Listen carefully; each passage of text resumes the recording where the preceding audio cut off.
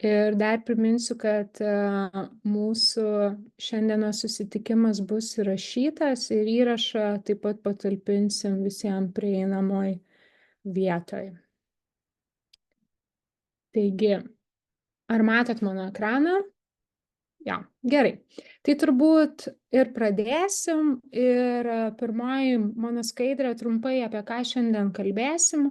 Tai visų pirma apie DARE programą, kas čia per programa ir kas yra tas globalus švietimas šios programos rėmuose.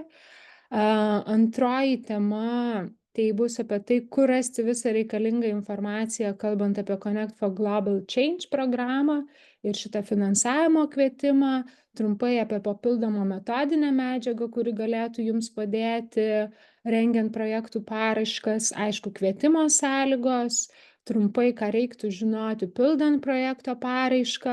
Ir tie, kurie turbūt jau skaitėte gaires arba bent jau žiūrėjote su projektu susijusius dokumentus, matėte, kad yra numatytos ir tam tikros gebėjimų stiprinimo veiklos, tai trumpai apie tai. Na ir tada paskutinė dalis būtų klausimai. Tai iš esmės klausimus mes priimsim pačioje pabaigoje ir juos visus bandysim atsakyti. Klausimus galėsit įgarsinti arba tiesiog rašykit į chat box ir mes tada jau prie jų grįšime. Tai tada pradėkim ir turbūt pirmoji ta mūsų dalis tai būtų trumpai apie DARE programą ir patį globalų švietimą ir aš tada kviesčiau kolegę Indrę trumpai pristatyti. Gerai, tai labas rytas visiems. Smagu matyti tokį būrį susidomėjusių Connect for Global Change programa. Kaip Ugnė minėjo, aš esu Indrė Augutienė, aš esu vystomo bendradarbiavimo platformos valdybos pirmininkė ir tuo pačiu vienos iš platformos narių Pasaulio piliečių akademijos vadovė. Ir mūsų organizacija būtent globaliojo švietimo srityje veikia visus 10 metų nuo savo įsikūrimo pradžios. Tai šiandien mano toks tikslas ir užduotis būtų labai trumpai pristatyti, apie ką yra globalus švietimas ir kaip jisai dera visame šito mūsų didelio projekto Connect for Global Change kontekste. Ugne, tada paprašysiu kitą skaidrę. Taip, tai savo pristatymą norėčiau pradėti nuo tokio truputėlį platesnio požiūrio ir įvedimo. Mes gyvename tinkle. Mes gyvename didžiuliame tinkle, kuriame esame susaistyti įvairiais ryšiais vieni su kitais. Žmogus su žmogum, žmogus su vieta, žmogus su gamtiniais reiškiniais, gamtiniais įvykiais ir taip toliau. Ir profesorius, vieno iš Jungtinės karalystės universitetų profesorius Mamadou Salah šitus ryšius vadina 5 globalizacijos veidais. Ir tie 5 globalizacijos veidai yra štai kokie. Pirmiausia, mes tarpusavyje esame susiję per įvairias kultūrinės sąsajas, ar ne, per savo vertybinės nuostatas, elgsenos normas ir tai, kaip būtent mūsų kažkokie kultūriniai pamatai formuoja mus kaip asmenybės ir formuoja mūsų visuomenės bendruomenės. Toliau antras tas vadinamasis globalizacijos veidas tai yra mūsų aplinka. Mūsų aplinka, tai mes ar nevaikštome, nesvarbu, kur gyventume, ar čia Lietuvoje, ar Pietų Amerikoje, Azijoje, kitoje Europos šalyje, mes vaikštome tą pačią žemę, mes kvėpuojame tuo pačiu oru, naudojame tuos pačius žemės ir gamtinius resursus ir visi iššūkiai, kurie sukasi ar ne apie aplinką ir apie aplinkosaugą, vėlgi kuria mūsų tas tarpusavio sąsajas. Mes taip pat esame susiję per technologijas, ne, ir būtent technologiniai procesai, technologinė pažanga leidžia mums komunikuoti, leidžia mums pažinti pasaulį ir jaustis to žymiai didesnio pasaulio dalimi. Ekonomika, ypatingai tarptautinė prekyba, vėlgi tai yra vienas iš tų svarbių globalizacijos veidų, kuris vėlgi kuria mūsų tą tarpusavę priklausomybę. Na ir galiausiai paskutinis globalizacijos veidas, tai yra politinis globalizacijos veidas, kuris reiškia, kad labai daugybės klausimų mes nebegalime išspręsti tik tai savo vietos bendruomenės arba savo nacionalinėme lygmenyje, bet iš tikrųjų mes irgi esame dalis įvairių politinių institucijų, tokių kaip Jungtinės tautos, Europos Sąjunga, NATO ir daugybė kitų, kurios mums irgi padeda, kurių sprendimai irgi tiesiogiai įtakoja mūsų gyvenimą. Na ir šitie globalizacijos veidai, jie pasireiškia keliais lygmenim. Pirmiausia, tai mus liečia, kuria sąsajas asmeniniu lygmeniu, žmogus su žmogumi. Taip pat sekantis lygmuo būtų tas lokalus, santykis, ir tarpusavio ryšiai ir poveikis mūsų bendruomeniai, mūsų šaliai, na ir poveikis globaliu lygmeniu. Kita skaidrė.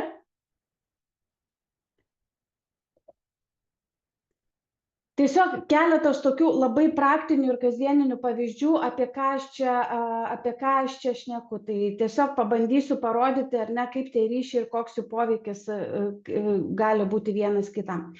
Čia vieną iš pavyzdžių paėmiau, tai, kas yra mums aktualu ir mus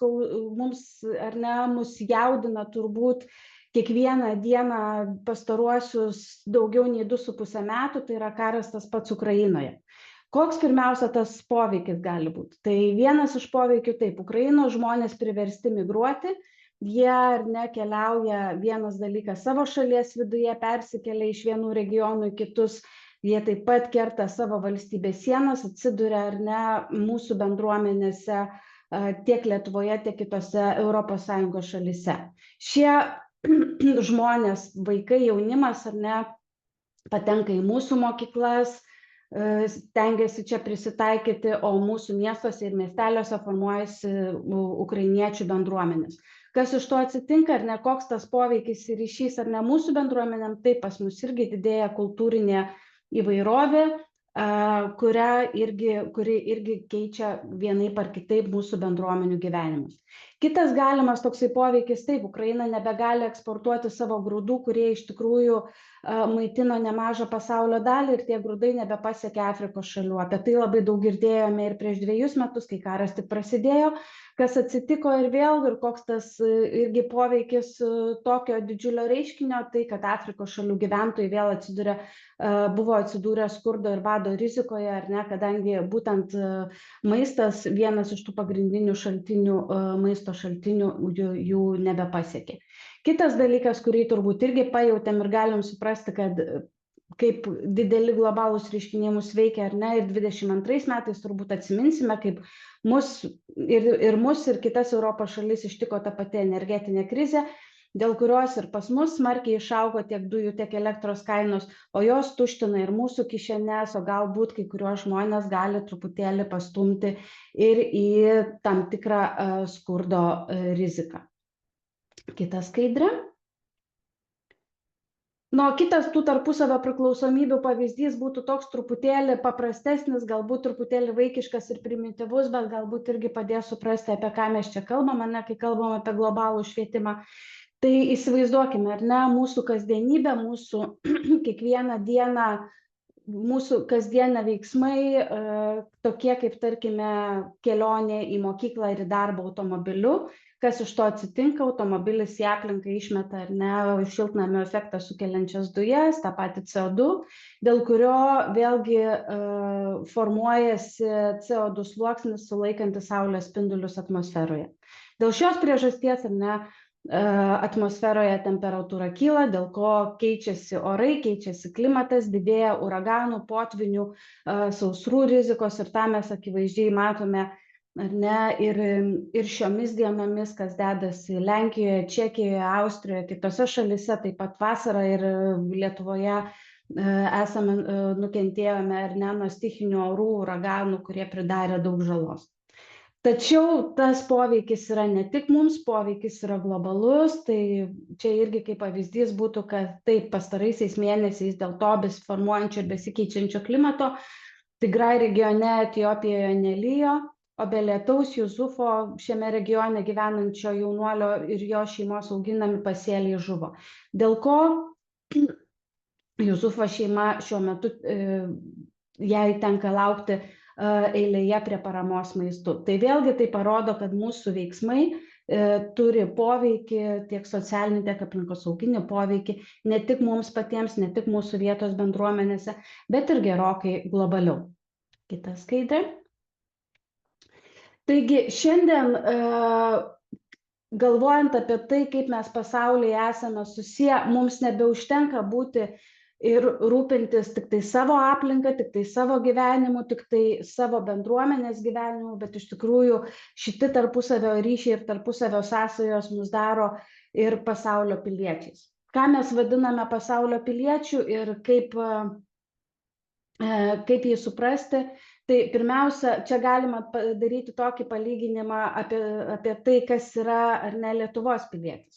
Lietuvos pilietis, mes Lietuvos piliečiais esame ir tas įrodymas, kad mes jais esame, yra mūsų, kaip pasakyti, pasas arba asmens tapatybės kortelė išduoti mūsų Respublikos. Ir aišku, tai, kad mes esame savo šalies piliečiai, mums pirmiausia duoda įvairių teisių, privilegijų, galimybių naudotis ar ne sveikatos apsaugą, švietimo sistema, socialinėmis paslaugomis ir daugybė kitų dalykų, bet aišku, tuo pačiu mums uždeda ir įstatymais ir konstitucija numato daugybę pareigų, tokių kaip mokėti mokesčius, galbūt tarnauti kariuomenėje ir gerbti žmogaus teisės ir visa kita. Tuo tarpu, kuomet mes esame pasaulio piliečiais, mes irgi turime daugybę naudų ir privilegijų ir galimybių, ką mes iš to gauname, ir būtent gauname iš tų sąsajų, kurios yra sukurtos pasaulyje. Mes turime galimybę vartoti kuo įvairesnius produktus, mes turime galimybę mokytis, pažinti, keliauti, plėsti savo akiratį, pažinti kultūrinę, socialinę ir kitokią įvairovę. Tačiau mes neturime jokio įpareigojimo ar ne apie tai, kokias atsakomybės ir pareigas mes turim. Tačiau tai, kad mes esame pasaulio piliečiai ir mes naudojamės tom naudomis, kurios mus teikiame, mums taip pat duoda tą moralinę tokią atsakomybę rūpintis ne tik savo, bet ir visos planetos ateitim. Taigi, kas yra pasaulio pilietis? Pasaulio piliečio elgsenos pagrindas yra pirmiausia tas supratimas ir suvokimas, kaip mes pasaulyje esame susiję tarp žmonių, tarp šalių, tarp reiškinių, tarp vietovių ir taip toliau, bet tuo pačiu tai yra ir įsipareigojimas veikti ne tik savo bendruomenės, bet ir visuotinės pasaulio gerovės labui. Kita skaidrė. Na ir iš čia mes ateiname į ES DARE programą, kuri yra ta didžiulė programa ir instrumentas, iš kurio finansuojamas ir šis Connect for Global Change projektas. Tai pirmiausia, kodėl buvo sukurta ši programa? Ši programa veikia jau ne vieną 10 metų įvairiais pavadinimais ir įvairiais formatais. Ir būtent ši programa administruojama tarptautinių partnerysčių direktorato. Jie atsirado su tuo tikslu, kad padėti kovoti ir įtraukti visuomenę, pirmiausia piliečius, ES piliečius, į kovą su tais globaliais iššūkiais, su kuriais susiduria tiek dabarties kartos, tiek susidurs mūsų jaunimas ateityje. Tai tie tokie globalūs iššūkiai kaip klimato krizė ir jos nulemtos gamtinės katastrofos, vis didėjanti nelygybė, kariniai konfliktai, žmogaus teisių pažeidimai, nusikaltimai žmoniškumui, lygybė ir daugybė kitų. Ir ši programa būtent ir siekia pirmiausia prisidėti prie įtraukios visuomenės kūrimo, kuriuose būtent būtų išvystyta ta kolektyvinė ar ne bendra atsakomybė už darnų pasaulio vystymąsi vietos ir pasaulio mastu ir atsaką į globalius iššūkius, ir ypatingai būtent programa akcentuoja mūsų atšaką ir įsitraukimą į kovą su nelygybė ir aplinkos krizėmis. Ir kitas šios programos tikslas ir yra įkvėpti ir įgalinti Europos piliečius imtis asmeninių ir kolektyvinių veiksmų, sprendžiant pasaulinio, socialinio, ekonominio ir aplinkosauginio vystymosi programas. Ir būtent kaip tą padaryti, DARE programa, jie akcentuoja būtent vieną instrumentą, tai yra globalus švietimas arba kitais žodžiais įvairių terminų galite rasti globaliojo pilietiškumo ugdymas bei visuomenės sąmoningumo apie globalius iššūkius didinimas. Tai būtent ši programa ir mato šį įrankį kaip būdą ar ne prisidėti ir patiems ES piliečiams prisidėti prie tos taikesnės, įtraukesnės, saugios ir tvarios visuomenės visame pasaulyje kūrimo. Kita skaidrė. Taip. Ir dar kontekstui, taip, ES DARE programa, taip, jinai taip pat prisideda ir prie Jungtinių tautų darnaus vystymosi tikslų įgyvendinimo. Aš gal per daug nesiplėsiu, labai tikiuosi, kad daugumą esate apie juos girdėję. Taip, tai yra globali darbotvarkė patvirtinta 2015 metų rugsėjo mėnesio Jungtinių tautų generalinėje asamblėjoje ir jos tikslai būtent yra keli, tai yra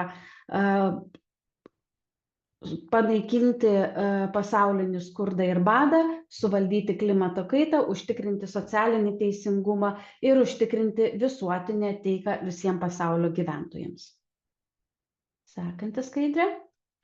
Taigi, kas yra tas globalus švietimas, apie kurį mes čia kalbame ir kuris yra esminis elementas būtent Connect for Global Change projekte? Globalus švietimas kaip koncepcija yra atsiradusi dar praėjusio amžiaus 80-ame dešimtmetyje ir tų apibrėžimų, ką tai reiškia ir apie ką mes čia šnekam, galime rasti labai įvairių ir jas pateikia įvairios organizacijos kaip Jungtinės tautos, UNESCO, EBPO ir kitos. Čia pasiremsiu Europos deklaraciją dėl globaliojo švietimo iki 2050 metų, kuria būtent buvo patvirtinta Europos taryba ir globaliojo švietimo ekspertų tinklo bendromis pastangomis, buvo atnaujinta prieš 2 metus. Ir jinai skamba štai taip. Pirmiausia, globalus švietimas jis leidžia žmonėms kritiškai vertinti pasaulį ir savo vietą jame. Tai padeda atverti širdis, akis, protus būtent tai tikroviai, kuri vyksta ir pas mus mūsų bendruomenės ir globaliu mastu. Tai būtent toks švietimas, kuris įgalina žmonės suprasti, įsivaizduoti, tikėtis ir svarbiausia veikti siekiant socialinio, klimato teisingumo, taikos, solidarumo ir kitų dalykų mūsų pasaulyje ir mūsų bendruomenėse. Tai apima pagarbą žmogaus teisėms, įvairovėms, tai įtraukti į orų gyvenimą visiems dabar ir ateityje.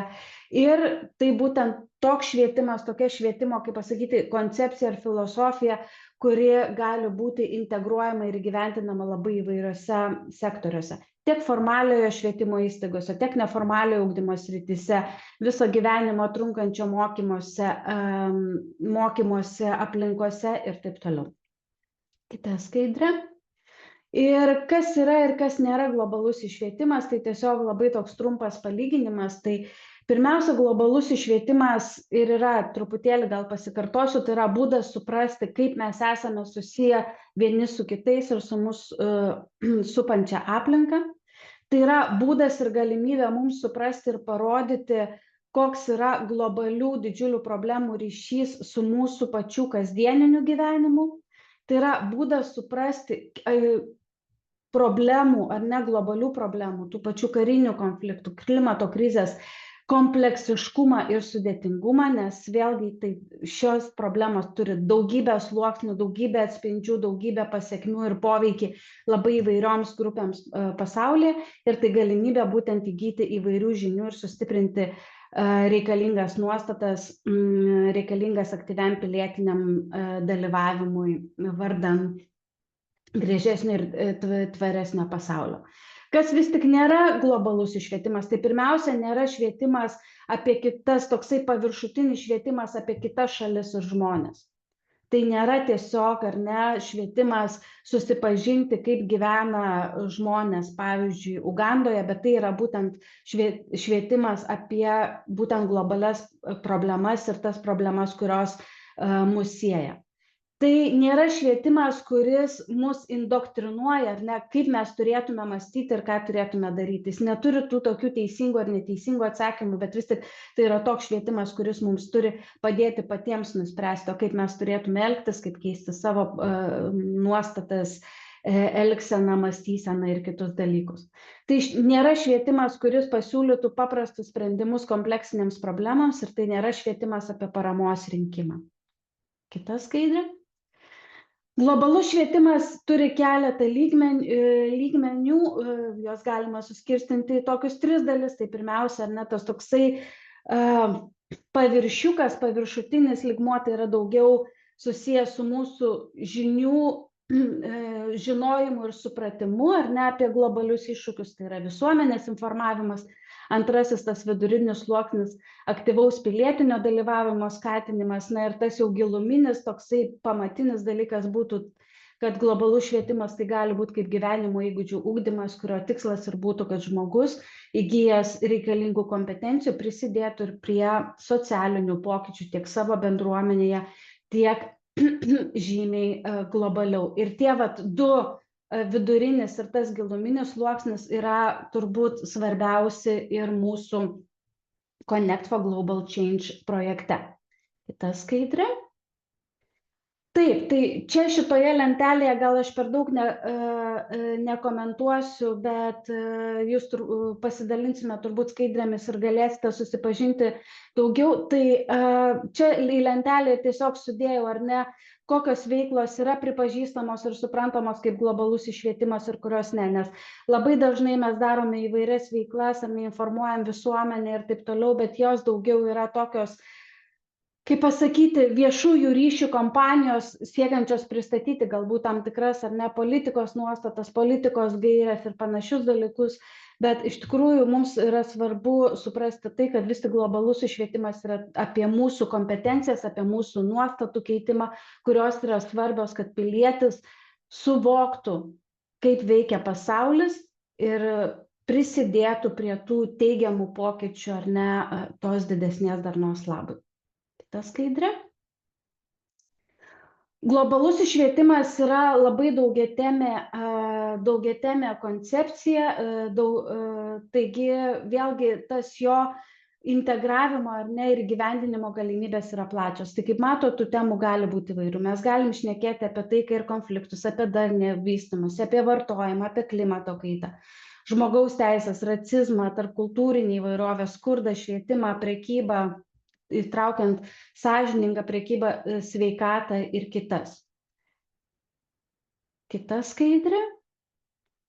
Ir tuomet, kas dar labai svarbu, ką turėčiau atkreipti dėmesio, tai jau truputėlį ir pasikartosiu, kad taip, vienas iš tų svarbiausių principų globaliam švietimui yra, kad mes turime eiti nuo sąmoningumo, nuo suvokimo, būtent globalių problemų kompleksiškumo, to sudėtingumo iki veiksmų.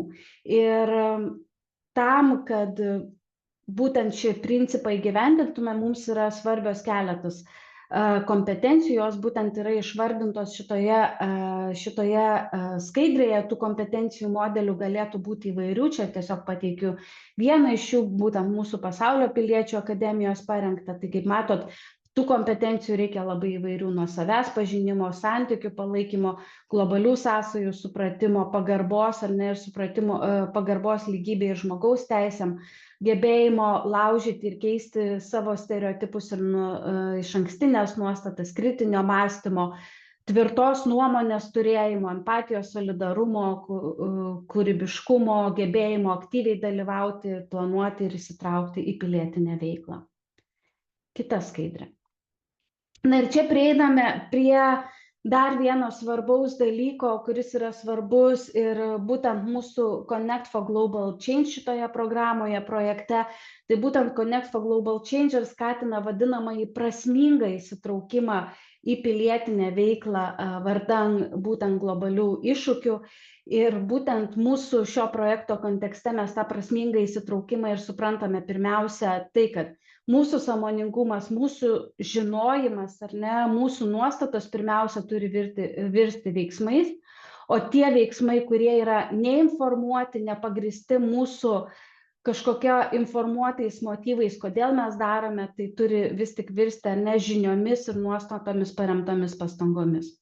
Ir būtent prasmingas įsitraukimas tai nėra tik tokio, žinot, aktyvumo ar ne, mūsų aktyvizmo, piliečių aktyvizmo didinimas ar skatinimas, bet taip pat svarbu, kad tai būtų, kad mes irgi ir savo dalyvius savo projektuose toliau įtrauktume į giluminį problemos ir planuojamo veiksmo tikslų suvokimą, kad mes iš tikrųjų suprastume, kodėl darome, kodėl svarbu ir kodėl tai yra svarbu ne tik man, bet ir, tarkim, mano bendruomeniai, bet ir žymiai platesni pasaulio mastu. Tai kaip matot, šitoje truputėlį gal pakomentuosiu ir piramidę, paskui gal ir Ugnė dar pridės, tai tie žemutiniai piramidės lygiai tai yra tik tie lygiai, kai žmonės mes įtraukiame į įvairias veiklas, tik tai kaip tokius pasyvius stebėtojus ar vartotojus. Jie galbūt atsitiktinai pamato žinutę, nuotrauką, skelbimą mūsų socialiniuose tinkluose, kažkokioje gatvės vykdomoje akcijoje panašiai, perskaito naujienas laikraštyje ir taip toliau.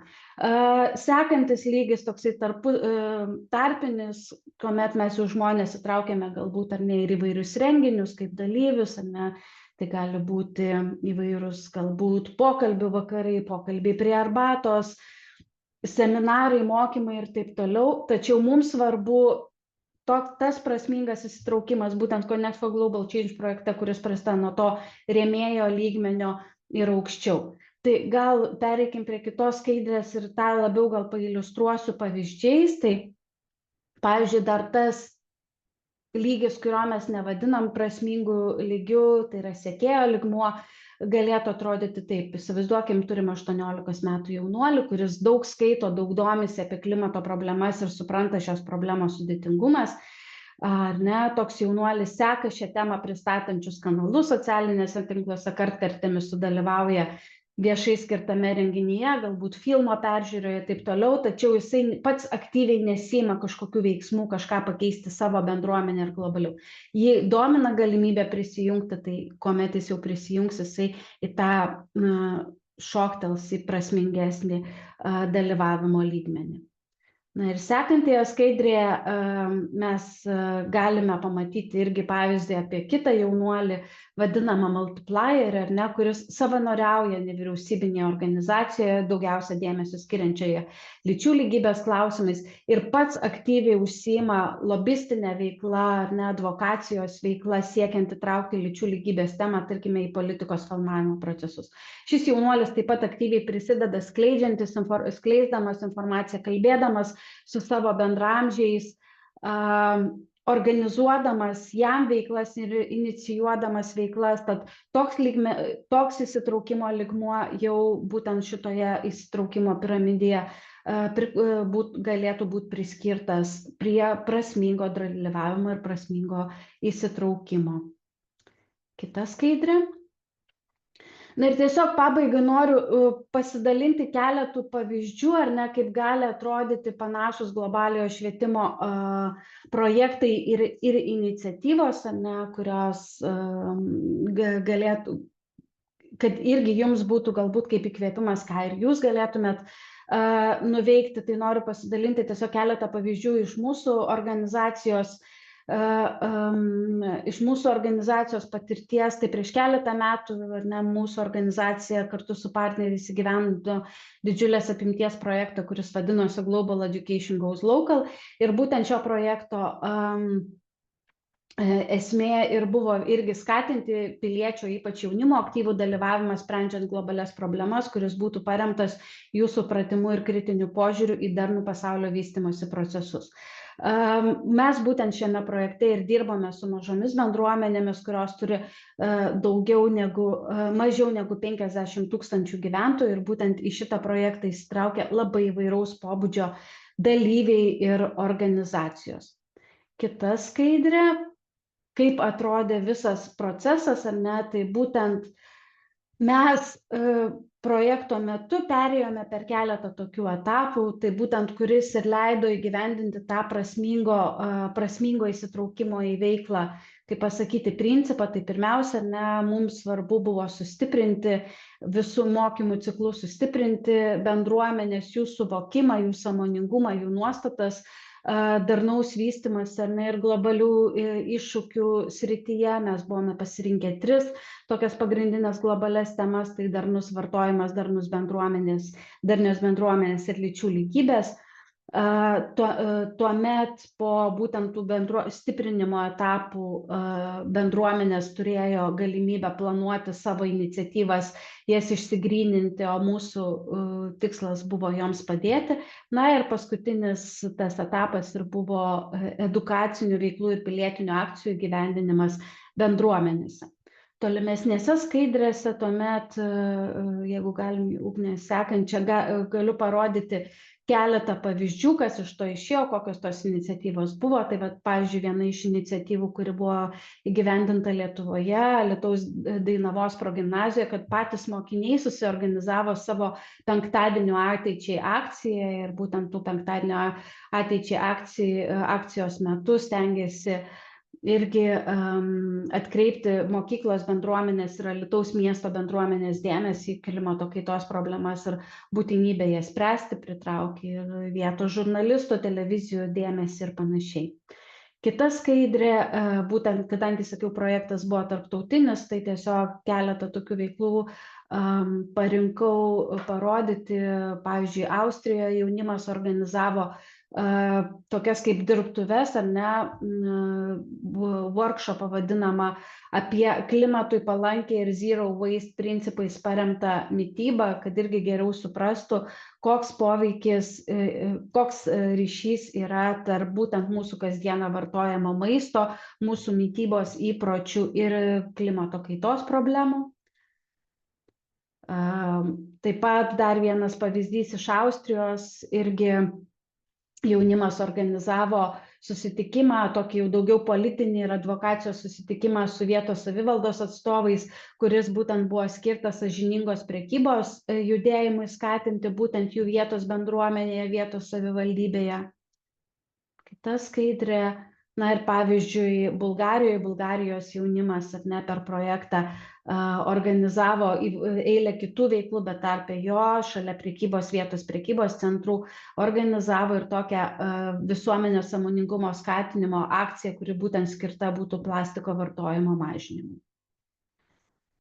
Taip, sekantis skaidrė, ir noriu pasidalinti dar vienu pavyzdžiu, nes būtent Connect for Global Change projekte mums svarbu irgi ir turime galimybę formuoti partnerystės, ar ne, su partneriais iš kitų šalių. Tai vėlgi dar vienas mūsų pavyzdys apie projektą, kuris buvo skirtas būtent tvarios jaunimo įtraukimui į problemas, kurios slypi būtent globalioje mados industrijoje. Ir šiame projekte mes taip pat partneriavome su organizacijomis ne tik iš Europos, bet taip pat ir iš Azijos šalių, iš Nepalo ir Filipinų. Sekanti skaidrė. Tai būtent per projektų veiklas mes pirmiausia vėlgi stengiamės rasti tą bendrą vardiklę, ar ne, sustiprinti savo gebėjimus globaliojo pilietiškumo ir būtent darnios mados industrijos srityse, siekiant suprasti būtent globalias problemas mados pramonėje. Toliau mes bandėme irgi pereiti prie gerųjų patirčių perdavimo, ar neturėjome visą eilę veiklų, na ir toliau dirbame savo vietos bendruomenėje visose šalyse. Ir kitoje paskutinėje skaidrėje tiesiog tai yra vienas pavyzdys, ar ne, iš to, ką partneris nusprendė ar neįgyvendinti Filipinuose. Tai vėlgi partneris Filipinuose išsikėlė tokią kaip ir problemą, kad vis tik ta vadinamoji greitoji mada, ypatingai kas ateina iš Kinijos, jinai iš tikrųjų daro didžiulę žalą vietiniam būtent tekstilės ir mados paveldui, tam kultūriniam paveldui, kurį svarbu būtų išsaugoti. Taigi irgi partneris vietoje organizavo įvairias ir savo bendruomenės sąmoningumo didinimo programas, skaitant ir gana profesionalius madų šou, kuriais buvo siekiama irgi parodyti tą būtent vietinės mados, vietinių aprangos tradicijų didelę vertę. Tai man rodos, tiek būtų iš mano pusės. Ačiū labai ir tuomet, kai Ugnė pristatys kitus dalykus, jeigu bus kažkokių klausimų, irgi mielai juos atsakysiu. Tai ačiū tau, Indre, ir tada mes judėsim toliau, jau konkrečiai kalbant apie mūsų finansavimo programą Connect for Global Change. Tai visų pirma, norėčiau pasakyti, kad visa su programa susijusi informacija yra patalpinta mūsų tinklapį. Čia matot nuorodas ir didelė dalis turbūt jūsų jau galbūt jau matė šį tinklapį, bet žodžiu, visa informacija susijusi su kvietimu ir su finansavimo programa, ją galima rasti čia. Ir tada keliaujant toliau apie tai, apie ką yra mūsų Connect for Global Change programa ir koks yra pagrindinis jos tikslas, tai aš tikslą įgarsinsiu, tai yra įgalinti, įtraukti ir sujungti ES piliečius, ypač jaunimą ir tuos, kurie mažiau jautrus pasauliniams iššūkiams ir mažiau įsitraukia į jų sprendimus, siekiant, kad jie prisimtų bendrą atsakomybę už įtraukesnio, lygesnio ir tvaresnio pasaulio kūrimą. Tai iš esmės tai yra globalus švietimas, apie globalio švietimo veiklas, kuriomis jūs bandysite įtraukti ES piliečius, juos įgalinti ir sujungti, aptariant tam tikrus pasaulinius iššūkius, apie kokius pasaulinius iššūkius jūs norėsite kalbėti savo projekte, tai priklauso nuo jūsų pačių. Kalbant apie pasaulinius iššūkius, Indrė jau minėjo keletą galimų pavyzdžių, čia jums taip pat gali padėti ir darnaus vystymosi tikslų darbotvarkė, kuri identifikuoja 17 tikslų, kurie taip pat remiasi tam tikrais iššūkiais, su kuriais susiduria pasaulis ir pasaulio bendruomenės, taip pat ir mes čia Lietuvoje. Ir dar pagalbinė tokia medžiaga, kuri galėtų jums taip pat irgi padėti suprasti, apie ką čia mes kalbam, kai kalbam apie globalius iššūkius, kai kalbam apie įsitraukimą aktyvų ir prasmingą įsitraukimą, kai kalbam apie vystomąjį bendradarbiavimą, tą bendradarbiavimą su šalimis partnerėmis, kurį minėjo irgi Indrė. Tai čia turim dar ir keletą tokių metodinių priemonių, kurias irgi siūlytume pasižiūrėti prieš rengiant paraišką šiai finansavimo priemoniai. Na ir tada jau bandant truputėlį detalizuoti, kas gali dalyvauti šioje programoje, kokius reikalavimus reikia atitikti ir kokie gali būti tie projektai finansuojami šios programos, tai mes greituoju būdu perbėgsim pro kvietimo sąlygas ir aš jas trumpai pakomentuosiu. Tai pirma tokia sąlyga yra iš tikrųjų, kad mes teikiame finansavimą. Finansavimo tas dydis gali būti ne mažesnis nei 5350 € ir ne didesnis nei 10 700 €, į kuriuos yra įskaičiuoti 7% netiesioginių projekto išlaidų. Tai realiai tiesioginės projekto išlaidos mažiausia suma galėtų būti 5000, o didžiausia suma 10 000 plus 7% netiesioginių, na ir gaunat tas sumas, kurias matote šioje skaidrėje. Svarbus momentas yra kad programa suteikia 100% finansavimą. Tai reiškia, kad jūs neturėsite ieškoti kažkokio papildomo finansavimo, kaip dažnai būna tam tikrose programuose, kad 90 ar 80% dengia pati programa ir tada turit susirasti kofinansavimą iš kažkokios kitokios programos arba dengti savo nuosavomis lėšomis tą likusį procentą. Tai tokių sąlygų šioje finansavimo programoje nėra. Ir dėl to mes esam taip pat dėkingi Lietuvos užsienio reikalų ministerijai, vystomojo bendradarbiavimo fondui, kurie padeda mums suteikti tą galimybę Lietuvos organizacijas finansuoti 100%. Antrasis punktas, ir čia norėčiau atkreipti jūsų dėmesį, Indrė jau šiek tiek minėjo apie tai, kad šiuose projektuose, į šiuos projektus gali būti įtrauktos ir šalys partnerės. Ką mes vadiname šalimis partnerėmis? Tai yra šalys, kurios yra pažymėta štai šiame dokumente, kurį mes vadiname reikalavimus atitinkančios šalys ir teritorijos. Šis dokumentas taip pat yra pateiktas mūsų tinklapyje.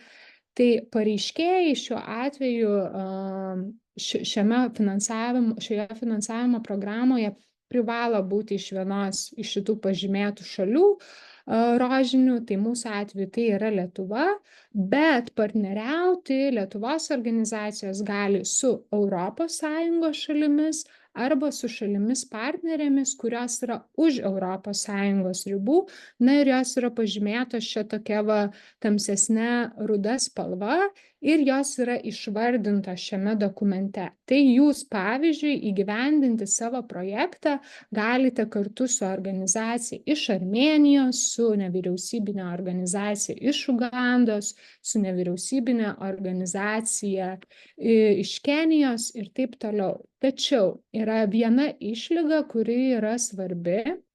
Ir ta išlyga kalba apie tai, kad jeigu jūs į savo projektą įtraukiate organizaciją partnerį iš mano minėtų šalių, kurios yra įvardintos tam dokumente, kurį ką tik rodžiau, finansavimas tai šaliai partneriai, kaip pavyzdį paimkim, pavyzdžiui, organizacija iš Kenijos bendrame projekto biudžete negali sudaryti daugiau negu 20%. Tai yra sąlyga, kuri ateina iš Europos komisijos, na ir jos reikia laikytis, jeigu jūs norėsite partneriauti su organizacijom iš taip vadinamų partnerių šalių. Jeigu norėsite partneriauti su kitomis Lietuvoje veikiančiomis organizacijomis, tai taip pat yra įmanoma. Jeigu norėsite partneriauti, nežinau, su organizacija iš Ispanijos ar Austrijos, tai taip pat yra įmanoma. Tokiu atveju, kadangi šios organizacijos yra ES šalių bendruomenės dalis, tas 20% rodiklis nebus taikomas. Keliaujant prie kitos sąlygos ir tokios informacijos labiau jums, atsiprašau, persijungia. Tai programa suteiks iš pradžių finansavimo intensyvumas realiai bus toks, kad mes skirsime jums 90%, kai jūsų projektas bus finansuotas ir tada jau likusi dalis atkeliaus pas jūs 10% pateikus visas finansavimo ataskaitas ir taip toliau. Čia matot taip pat skaidrės apačioje. Ar matot mano skaidrės? Kažkas įvyko. Kažkas įvyko. Va, dabar matosi. Ok, supratau. Matosi. Aha, gerai. Tai projektai turėtų būti įgyvendinti nuo kitų metų, čia yra projekto įgyvendinimo laikotarpis, tai ne anksčiau jie turėtų prasidėti negu vasario 3 diena, na ir baigtis vėliausiai po metų, tai iki 26 metų vasario 2 dienos. Na ir tada toliau kalbant, kas gali teikti tas paraiškas ir kas gali būti projekto partneriais. Tai pareiškėjas privalo būti Lietuvos Respublikoje registruota nevyriausybinė organizacija, kuri turi NVO taip vadinamą žymą ir mes ją matome viešai prieinamuose duomenyse juridinių asmenų registre. Manau, kad tikrai daugumai jūsų ta NVO žyma nėra naujiena, tai šitą žymą privalote turėti ir pareiškėjas, dar kartą paminiu, privalo būti registruotas Lietuvos Respublikoje. Pareiškėjai, pareiškėjai ir partneriai, kurie yra registruoti Lietuvos Respublikoje, taip pat turėtų būti pateikę metinį finansinių ataskaitų rinkinį, kuris irgi turėtų būti viešai skelbiamas ir tą informaciją mes taip pat patikrinsime. Trečiasis punktas yra atitikimas minimaliam patikimo mokesčių mokėtojo tam statusui. Tai iš esmės tai reiškia, kad jūs nesate skolingi valstybei, nesate skolingi valstybės įvairiom institucijom. Na ir šita informacija taip pat yra apie kiekvieną juridinį asmenį Lietuvoje registruotą juridinį asmenį yra pasiekiama viešai, tad mes patikrinsime, ar jūs irgi atitinkate šitą minimalaus patikimo mokesčių mokėtojo kriterijų. Toliau, jeigu kartu su jumis paraišką teikia partneris iš šalies partnerės, kuri yra nurodyta tam reikalavimus atitinkančios šalys ir teritorijos priedą, kurį aš jau jum rodžiau, kadangi tai nėra Lietuvoje registruota organizacija ir mes neturime galimybių patikrinti, ar ta organizacija tikrai yra nevyriausybinė organizacija, jūs tą deklaruosite, įkeldami tos organizacijos įstatus, kuriuose bus nurodoma, kad ta organizacija yra nepelno siekianti, yra nevyriausybinė organizacija pagal tai, kaip tai apibrėžia būtent tos šalies, kurioje yra registruota organizacija teisės aktai. Kitas svarbus momentas, ir čia norėčiau atkreipti dėmesį, kad šiame konkurse gali dalyvauti tik organizacijos tiek iš Lietuvos, tiek iš partnerių šalių, kurių apyvarta kiekvieno atskirai per metus nėra didesnė kaip 250 000 eurų. Tai šitas skaičius matosi jūsų teikiamose ataskaitose, ta pirmoji eilutė, pajamos, ir jeigu ta suma jūsų turimos apyvartos per praėjusius biudžetinius metus, tai mes kalbam apie 23 metus, buvo didesnė, dėja jūs netitinkate reikalavimų ir paraiškos teikti negalite. Ir yra kitos kvietimo sąlygos, kurios jau ateina iš pačios tos didesnės DIAR programos, ko mūsų prašo Europos komisija. Tai realiai jūs turėsite deklaruoti, kad kaip organizacija vidutinė ar maža veikianti Lietuvos Respublikoje, taip pat ir jūsų partnerio organizacija, neturi nei finansinių, nei administracinių, nei veiklos pajėgumų, tai tiesiogiai konkuruoti dėl tiesioginio DIAR projektų finansavimo. Tai čia yra tokia deklaratyvi nuostata, kurią jūs tiesiog turėsit paraiškoje pažymėti. Ir sekanti, kuri kelia šiek tiek klausimų ir jau konsultuojam tam tikrus pareiškėjus dėl šios nuostatos, tai pareiškėjas ir partneris turi turėti ne mažiau kaip 20 narių, rėmėjų arba savanorių, kad būtų užtikrintas projekto matomumas. Ką tai reiškia? Tai reiškia, kad jūs pildydami paraiškas irgi uždėsite vienoje vietoje tokią varnelę ir turėsite trumpai pakomentuoti, ar jūs turite tuos 20 narių, rėmėjų arba savanorių.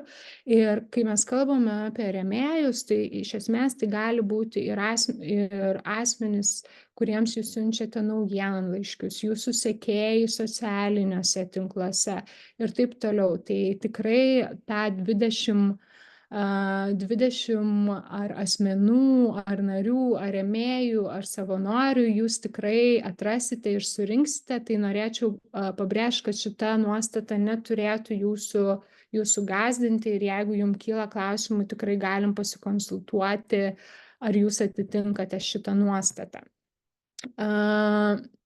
Kitas irgi toks pakankamai deklaratyvi sąlyga, tai jūs taip pat turėsite patvirtinti, teikiant paraišką, kad jūsų organizacija ir jūsų partnerio organizacija ar organizacijos, jeigu tokios bus, turi administracinių ir finansinių ir veiklos pajėgumų sėkmingai įgyvendinti šitą priemonę ir gauti finansavimą, kad nesate anksčiau gavę finansavimo būtent iš šitos Connect for Global Change finansavimo programos. Ir atkreiptinas dėmesys yra į tai, kad jūs tiek kaip pareiškėjas, tiek kaip partneris galite dalyvauti tik vienoje paraiškoje.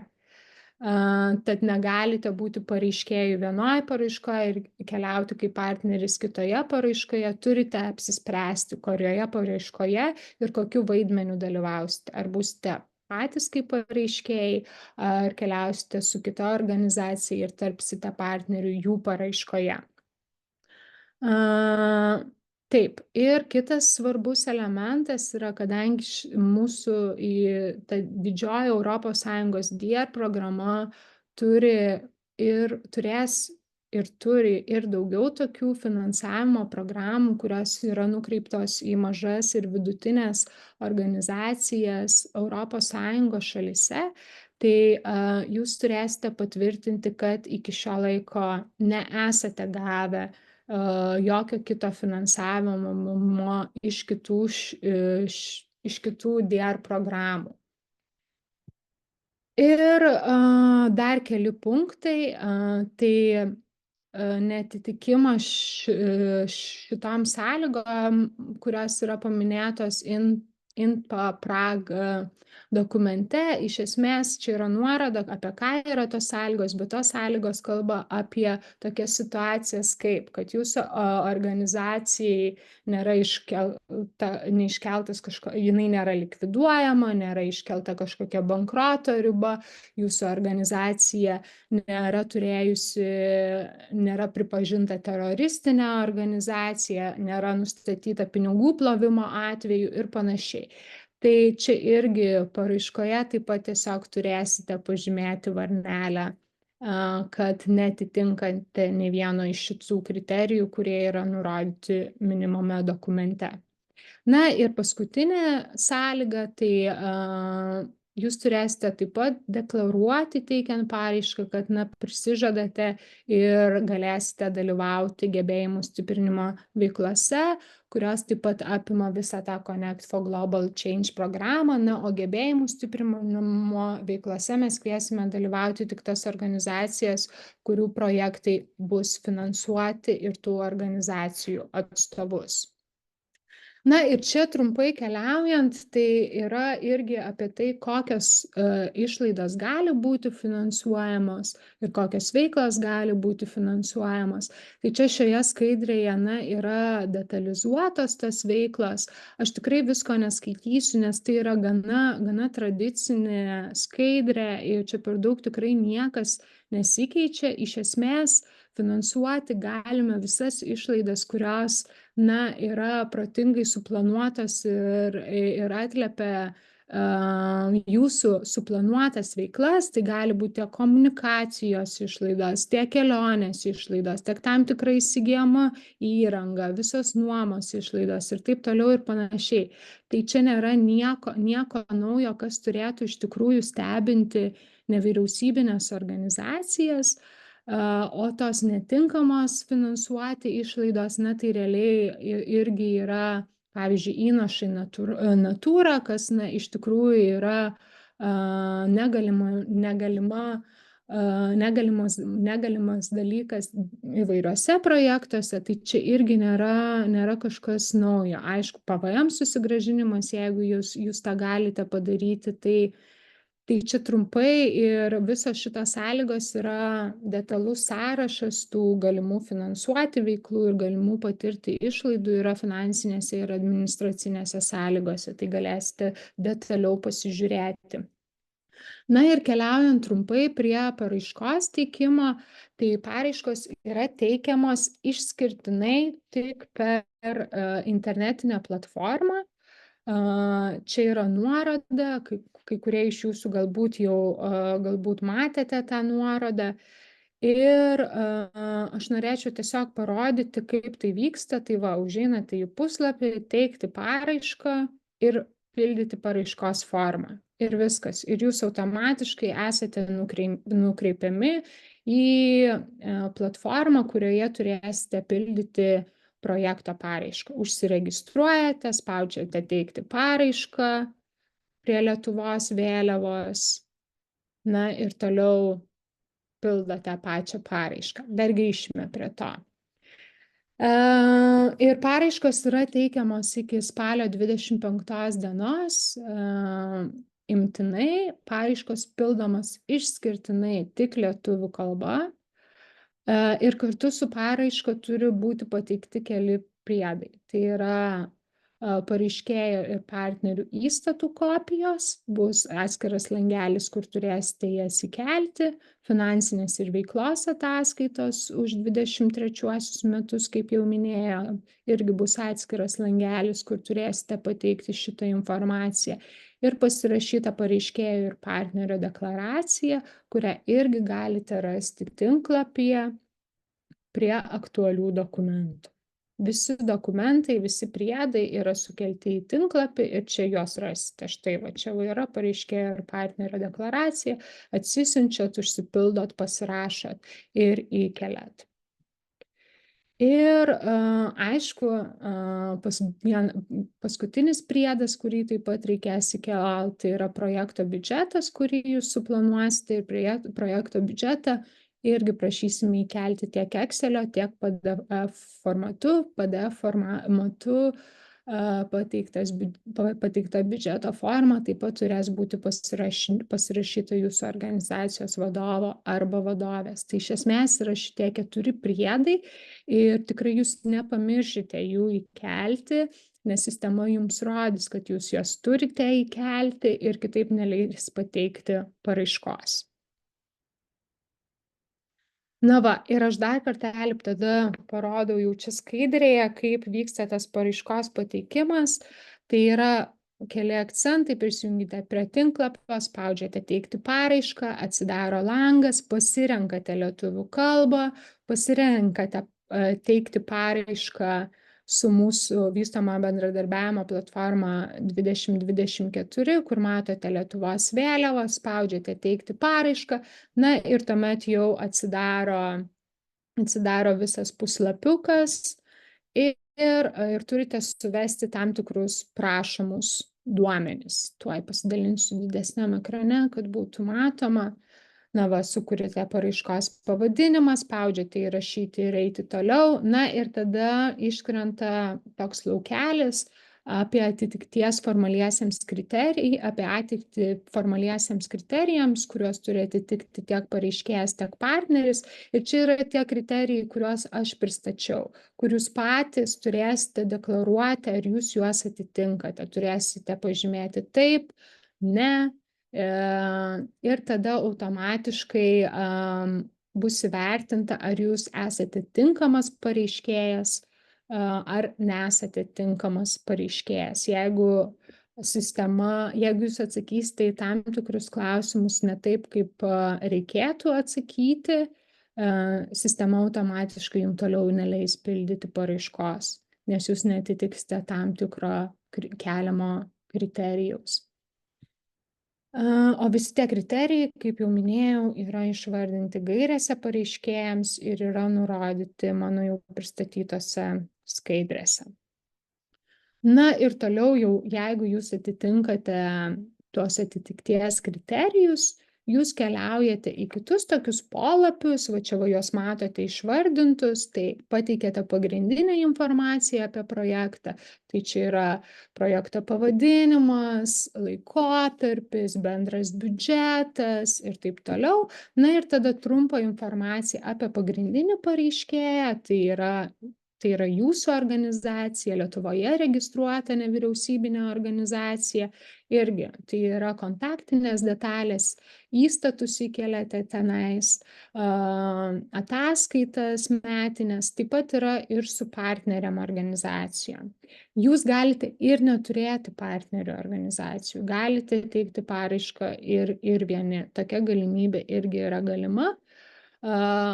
Maksima suteikiama galimybė į projektą įtraukti 4 partnerės organizacijas. Jeigu tikrai atsirastų reikiamybė įtraukti dar ir 5, tai yra įmanoma. Tiesiog informuokite mus ir mes pataisysime paraiškos formą, kad jūs galėtumėte įtraukti dar ir 5 partnerio organizaciją. Na ir paskutinė tada jau dalis yra ta pagrindinė turinio dalis, kur jūs jau aprašysite savo projekto idėją. Tai yra projekto tikslas yra aktualumas, veiklos, tikslinė grupė, su kuria dirbsite ir taip toliau. Okay. Tai ten trumpai apie tai, kaip pateikti paraišką, o čia dar norėčiau irgi šiek tiek pakomentuoti apie biudžetą, kaip reikės pateikti projekto biudžetą ir dar sekundėlę gal tada parodysiu, kaip atrodo pati biudžeto forma. Taip, vieną sekundę.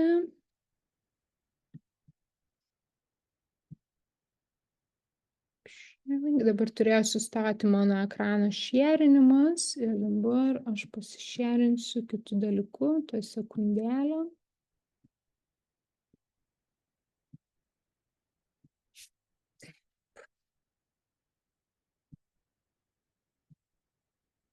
Okay. Dabar turėtumėt matyti tokį Excel failą. Ar matot? Taip, matom. Okay. Nu tai va, tai irgi tinklapyje galėsite atsisiųsti šitą biudžeto formą, kurią turėsite kaip priedą pridėti. Biudžeto formą sudaro 4 lapai.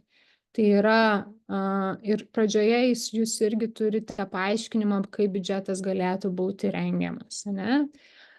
Tai va šita va pirmas tas lapas, kuris yra pavadintas biudžetas, tai irgi yra forma labai tokia nesudėtinga, turbūt daugeliu jūsų jinai gali būti pažįstama iš europinių projektų.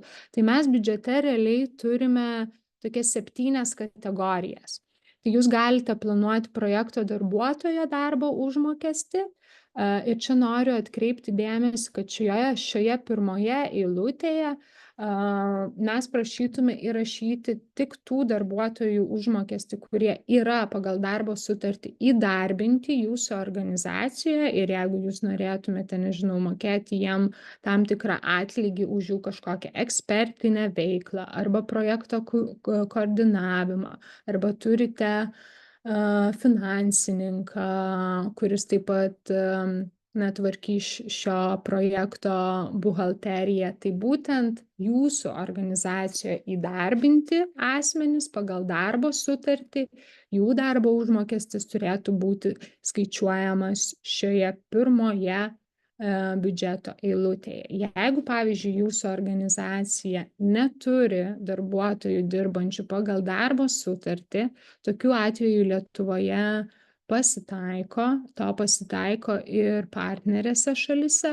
Tokiu atveju darbo užmokestis, kuris galėtų būti mokamas Lietuvos atveju pagal paslaugų sutartį, turėtų būti įtrauktas į būtent 4 eilutę, kur yra paslaugos, 4 bloką. Na ir tada dar trumpai, tai pirmoji eilutė, kaip ir minėjau, darbo užmokestis, kokį jau ten pareigybei pagal savo projektą ir jo veiklas reikės, tą ir numatysite, bet tik pagal darbo sutartį. Antroji dalis yra kelionės, tai čia įeina tiek pačios kelionės išlaidos įvairių transportų, lėktuvas, autobusas, traukinys. Gali būti mokami dienpinigiai, jeigu, pavyzdžiui, jūs įgyvendinant projektą ir turite partnerius iš Ugandos, kurie galbūt atskrenda kažkokiam seminarui į Lietuvą, tai va čia va įtraukėte visas išlaidas, kurios gali būti patirtos, tiek apgyvendinimas, tiek dienpinigiai, tiek viza, tiek draudimas ir taip toliau. Apgalvojate viską ir įtraukėte. Trečioji eilutė yra įranga. Ir čia norėčiau pakomentuoti, kad šiuose projektuose galima įsigyti tam tikrą įrangą, bet norėčiau atkreipti dėmesį, kad projektų sumos nėra didelios ir prioritetas vis tik yra skiriamas iniciatyvom ir įvairiom veiklom, tad ta jūsų įtraukta įranga, jinai tikrai turėtų būti pagrįsta ir reikalinga sėkmingam projekto įgyvendinimui. Na, 4 dalis yra paslaugos, tai tiek įvairios nuomos, grafinis dizainas, jeigu jums reikalingas renginio kažkokio moderavimas ar panašus dalykai. Ir 5 kategorija yra kita, tai čia jau dėsite tai, kas jums netilpo visur kitur, ane? Kur, kas manot, kad nepasiskiria po to 1, 4 kategorija, na, jau krenta į tą 5 kategoriją.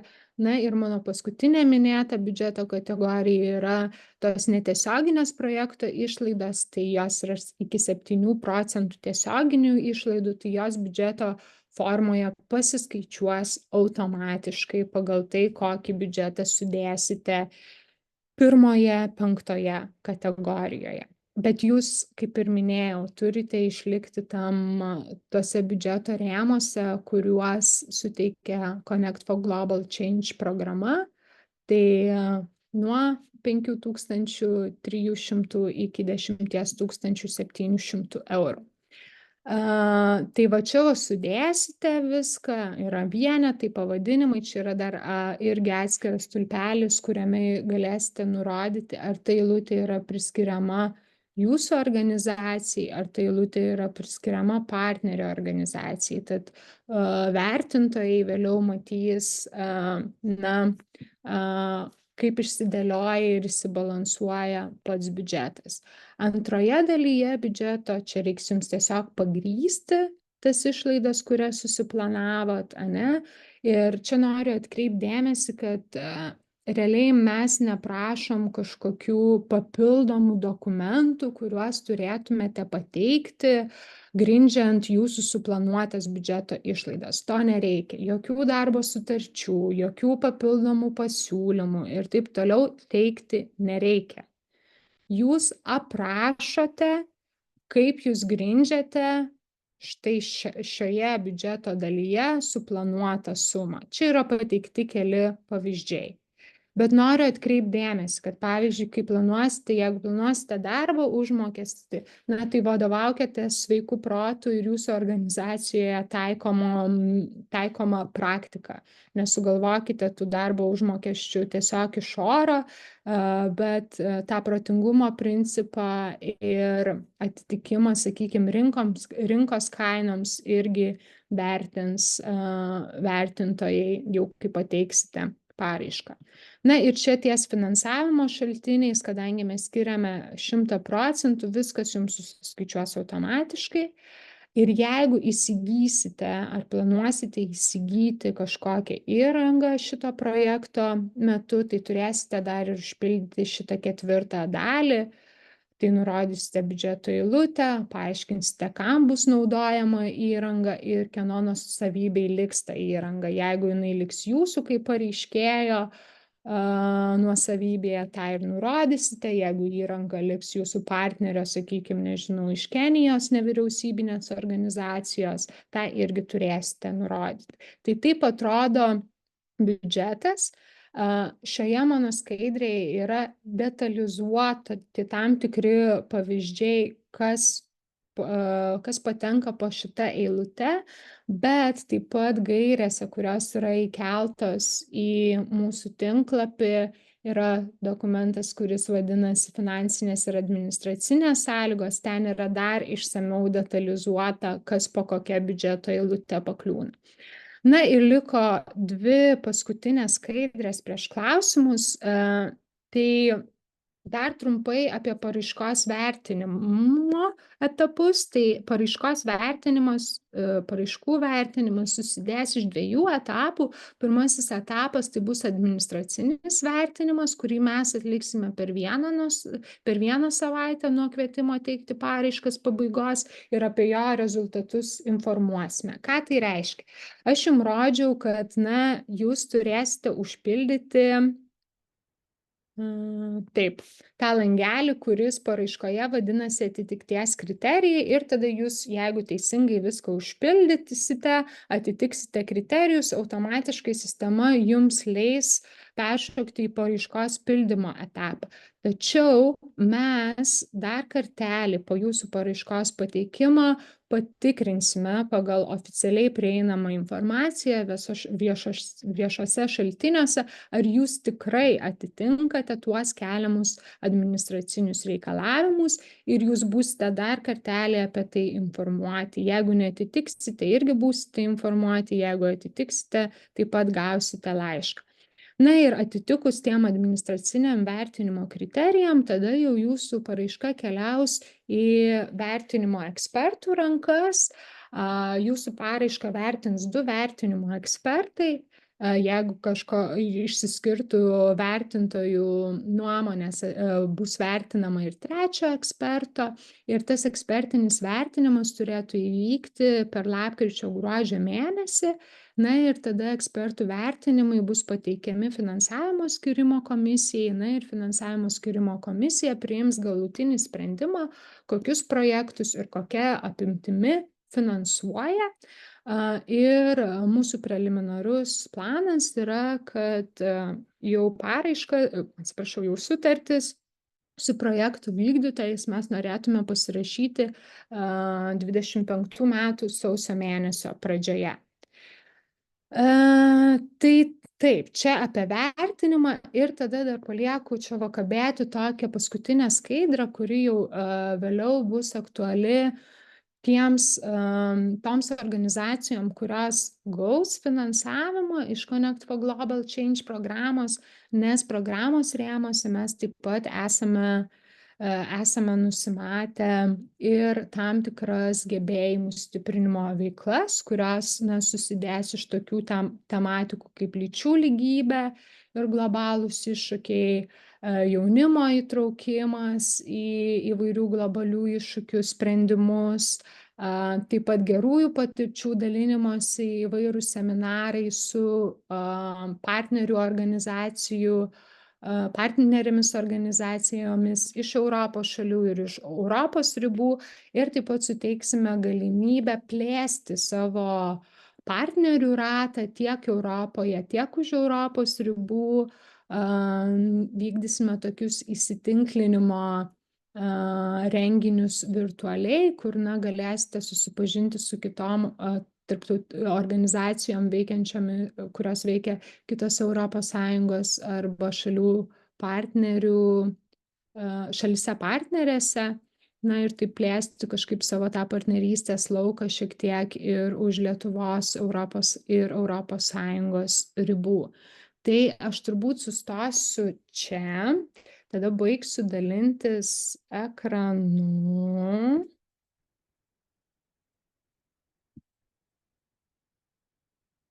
Ir matau, kad yra 3 klausimai turbūt čiate. Ir tada, taip. Tai bandau iš karto atsakyti, o tada jau leisiu jums turbūt kelti ranką ir įgarsinti klausimus, jeigu jų turėsite. Taip, tai Ramutė, jeigu organizacija registruota 24 metų 02/07, ar gali dalyvauti projekte? Negali. Organizacija turi būti veikianti bent 1 metus ir jau pateikusi bent vieną ataskaitą už praėjusius biudžetinius metus. Tad tokia organizacija dalyvauti šioje finansavimo programoje negali. Ar partneris turi būti NVO, ar gali būti VŠI? Kristina, čia yra suktas klausimas, nes NVO gali turėti VŠI statusą. Priklauso, kaip jūs save traktuojate. Ar jūs atitinkate nevyriausybinių organizacijų, ar jūs esate nevyriausybinė organizacija, kaip jinai yra apibrėžta nevyriausybinio organizacijų plėtros įstatyme? Tai čia turėtų būti pirmas klausimas, į kurį jūs turėtumėte atsakyti pati savo. Ir antras yra, jeigu jūs esate ir save laikote nevyriausybinė organizacija, kaip jinai yra traktuojama įstatyme, ar jūs turite NVO žymą, kurią galite pasižymėti registrų centre. Ir toliau jau visi kiti reikalavimai, apie kuriuos aš kalbėjau, nes pagal Lietuvos teisinį reguliavimą VŠI irgi gali būti nevyriausybinė organizacija.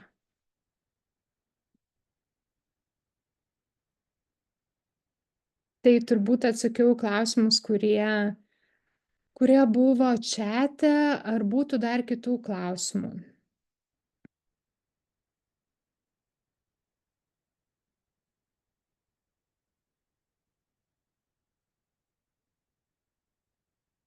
Taip, prašau, Liudmila.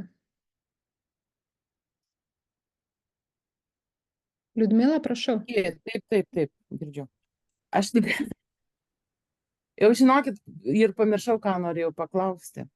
Tikrai, aš žinokit, dabar aš pirmą norėjau paklausti, nes irgi į VŠI įkurta Liepos mėnesį, tai jau viskas jau. Taip.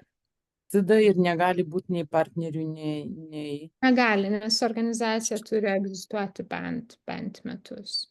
Taip. Jo, aš norėjau paklausti, nekalbėjom apie vertinimą, apie balus. Tarkim, mūsų organizacija jaunimo nėra. Tai ar bus ten papildomi, kad organizacija su jaunimu dirba, ar turi partnerį, ar be partnerio, ar tai bus... Nėra jokių prioritetų, ta prasme, atskirų kažkokių prioritetų nėra, kurie skirtų kažkokius papildomus balus, bet vertinimo kriterijuose, jeigu atsidarysite gairias pareiškėjams, yra išskirtos, kaip tikslinės grupės yra išskirtas jaunimas ir kaip tiek aš, tiek Indrė minėjo, kad programa orientuojasi į jaunus žmones ir tuos, kurie yra mažiau susidomėję ar mažiau jautrus globaliems iššūkiam. Kaip jūs apibrėžite tuos mažiau susidomėjusius ar mažiau jautresnius globaliems iššūkiam yra jūsų sprendimas. Nes mažiau susidomėję ir mažiau jautrus gali būti nebūtinai jauni žmonės, kaip mes juos suprantame nuo 14 iki 30 metų. Tai gali būti ir vyresnio amžiaus žmonės gyvenantis, nežinau, kažkokioje nuošalesnėje bendruomenėje. Tai čia jau yra jūsų, sakykime, toks fantazijos reikalas. Ir ne tik fantazijos reikalas, bet ir to praktinio darbo, kurį jūs darot su tam tikra tikslinė grupė. Sakykime, jeigu jūs dirbat, nežinau, su moterim nuo 45 iki 60 metų ir jūs iš savo darbo matote, kad būtent šita tikslinė grupė yra mažiau susidomėjus globaliais iššūkiais, tai jūsų darbas ir jūsų praktika rodo, kad taip yra, jūs tą ir pagrįsite paraiškoje, kad mūsų manymų, mūsų praktika, mūsų veiklos rodo, kad šita grupė ten X miestelyje ar X bendruomenėje yra mažiau susidomėjus, todėl mes manom, kad tokia ar tokia projekto idėja padėtų šitos bendruomenės nariams aktyviau įsitraukti į globalių iššūkių sprendimą. Ačiū. Prašau.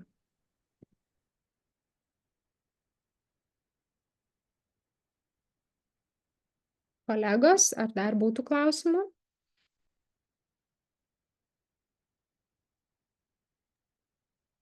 Bet rašymo metu vėl aš ranką nekeliu. Galima bus su jumis, tarkim, pasikonsultuoti. Manau, kad tai yra... Žinoma. Va čia aš atsiųsiu visiems dalyvavusiems skaidres, bet mūsų kontaktiniai duomenys yra irgi tam tinklapį, kuriam yra patalpinta visa informacija. Galit greituoju būdu nusifotografuoti šitą paskutinę skaidrę. Jūs nematot, palaukit, aš tai pasidalinsiu. Sprašau, tą paskutinę skaidrę, kur yra tiek telefono numeris, tiek paštas, tai jūs tikrai ir skambinkit, ir rašykit, ir mes tikrai pakonsultuosim, kaip čia viską geriau padaryti.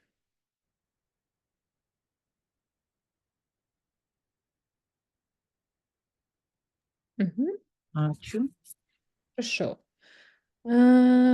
Tai nežinau, kolegos, jeigu daugiau jokių pastebėjimų ir klausimų neturite, tai tada turbūt aš bandysiu uždaryti tą mūsų šiandienos informacinį seminarą.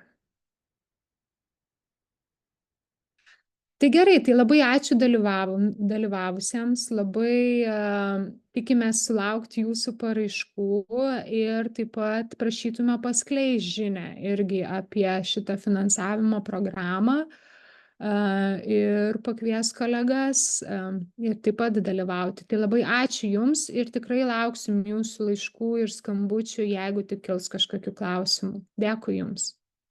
Gražios dienos. Ačiū, Ugne. Viso gero. Viso.